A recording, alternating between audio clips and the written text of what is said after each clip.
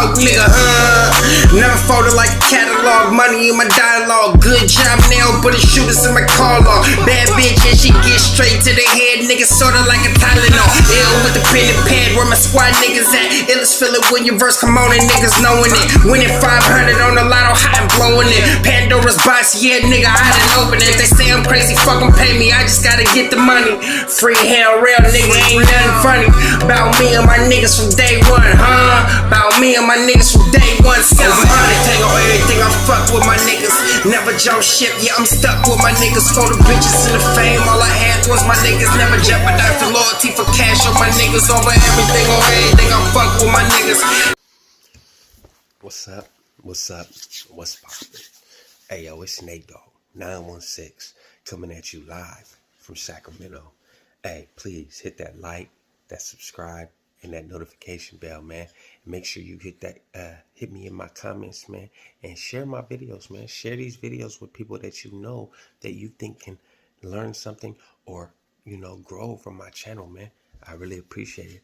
Also, you can get at me at NateDoggSac916 for coaching calls. For the hit the link for the Patreon in the description. For coaching calls, you should hit me on ask NateDoggSac916 @gmail. Get at me. We'll figure out the pricing, whatever. You know what I mean? Whatever you want to do. If you want to be a part of the kennel, holla at your boy, man. It's good. Also, you can holla at the Sandman2788 on IG. We'll holla back. So today, we got another war story for y'all. Because it seems like these war stories been going up. So let's give y'all another war story. So this is 2000, end of 2007, beginning of 2008. Right? I got transferred from Corcoran because of some bull crap. Right? It's mandatory. It was mandatory transfers. Right? So what they told us in New Corcoran, we was inside of a substance abuse treatment facility, but they had a level 4 yard, so a 180. So they said, okay, we transferring, mandatory transfer, because we're opening a new 4 yard in Centinela. So there's no options in this, right? So the first people to go was the people that have been in incidents in New Corcoran, right? And I have been in a couple incidents that I've been there, right?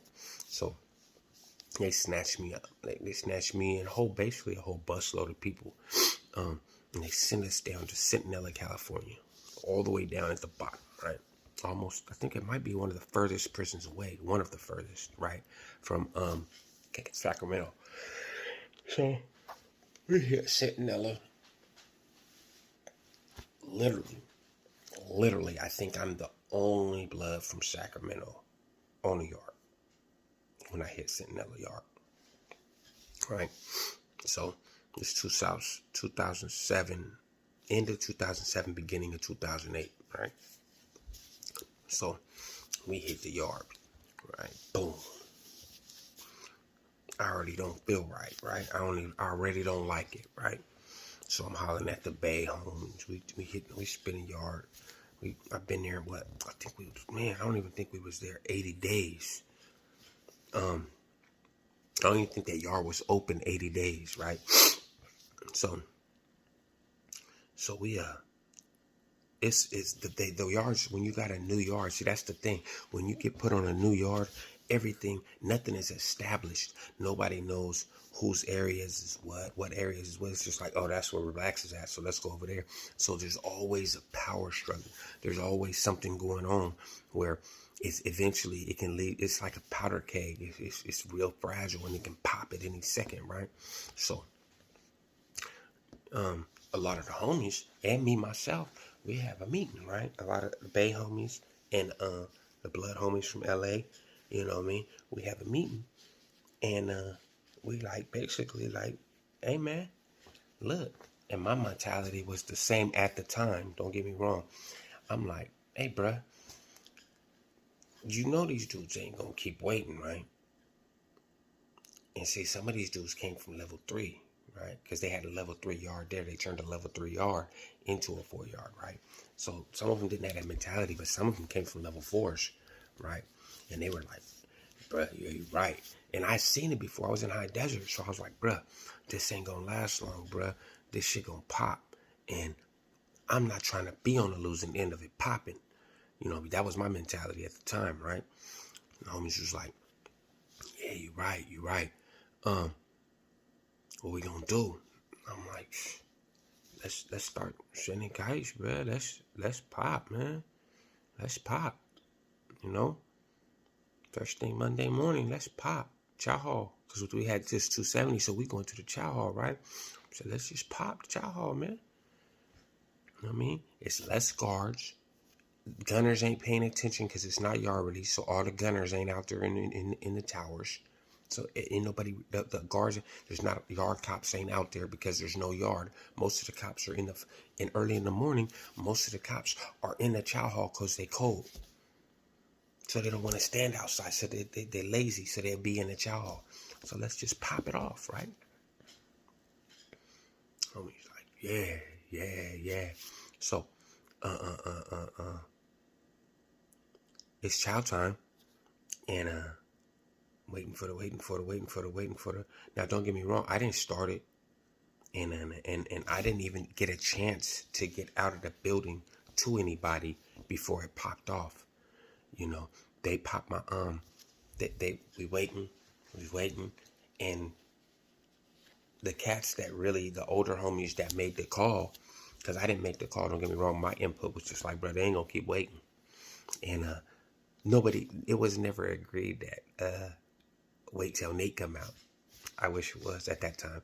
But man, as soon as them dudes hit that chow hall, as soon as that one side fixes two sides to the chow hall, right?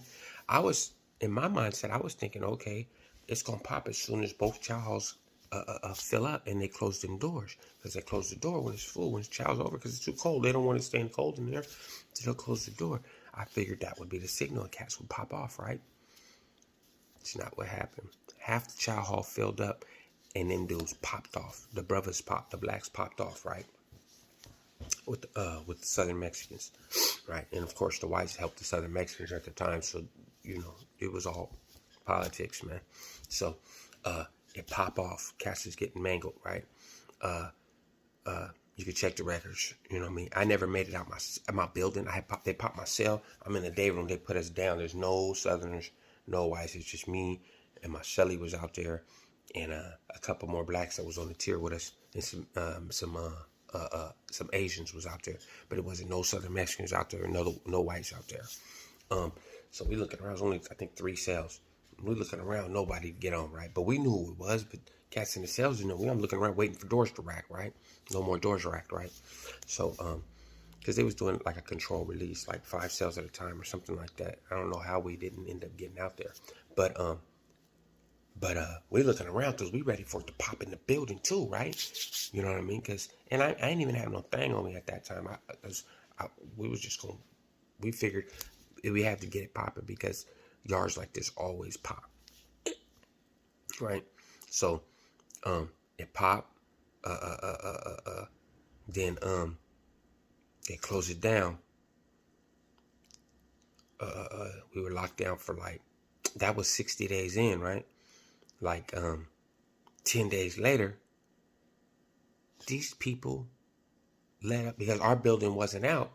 They said, oh, that building wasn't involved. So, okay, our building, it was only 1 block and 2 block, I think, that was involved. So they just locked those whole buildings down too cool they could take. Then they let out my building and the next building. Oh, let's see what happens. What you think happened? As soon as we came out, second wave too. Horrible. But good thing is the brothers was ready this time. You know what I mean? So we came out the second time and got it cracking off top. As soon as we got out to the yard, got it popping. But this time they had more guards and all that. So, you know, I'm not even gonna get into the gories and these people got stabbed, people got beat up. You know, more of the opposition went to the hospital, went to the medical than the team. So that was that. Then what they did is after that incident, the second incident, they closed down that yard and they shipped us out. I was involved in that one, so they ended up sending me to Pelican Bay for that. But it was a transfer. I didn't go to the SHU. It was I got a battery on an not a battery. I got a mutual combat, but or participate in the riot 61 days. I got a write-up. 61 days was my punishment for participating in a riot or melee. They sent me to Pelican Bay, but they sent me to the yard, not to the hole, not to the SHU. But then to parlay that, to let y'all know, like, hey, I don't got no animosity towards none of the dudes that was on the other side that day, right? Or any day that I did in prison, right? I've never been a racist person, a racial person. You know, I'm a black man. I'm proud of being black. I'm mixed with white. Proud of that too. Don't get it misunderstood. You know what I mean? My kids is mixed with Mexican, white, a whole mixture of black, everything. You know what I mean? So we're like a multicultural family. I did what I did while I was in prison as a means of survival. If you was a part of the other side, then that's just what it was while we was there. You know, I got homeboys that's really close to me out here that's white. I got homeboys that's really close to me out here that's Mexican. I got homeboys that's really close to me that's white. You know, it's a politics game. It's a numbers game. You know, you got to play the rules. You know, rules of survival say that you stick to your own and you handle your business. You know what I mean? Or you be a victim, man. And I refuse to be a victim at any point in my life. You know, I did that when I was a child. You know, I'm not going to be a victim no more. Shout out to Tommy Hall. Y'all check him out on Facebook. Connected Clothing Brand. If y'all like the hoodie, you know, man, he showed me some love. You know, you see what it say? What does it say? Hustle hard. That's what we do. We hustle hard. That's all I do. You know what I mean? So remember, if you don't do nothing else, man, stay loyal, man.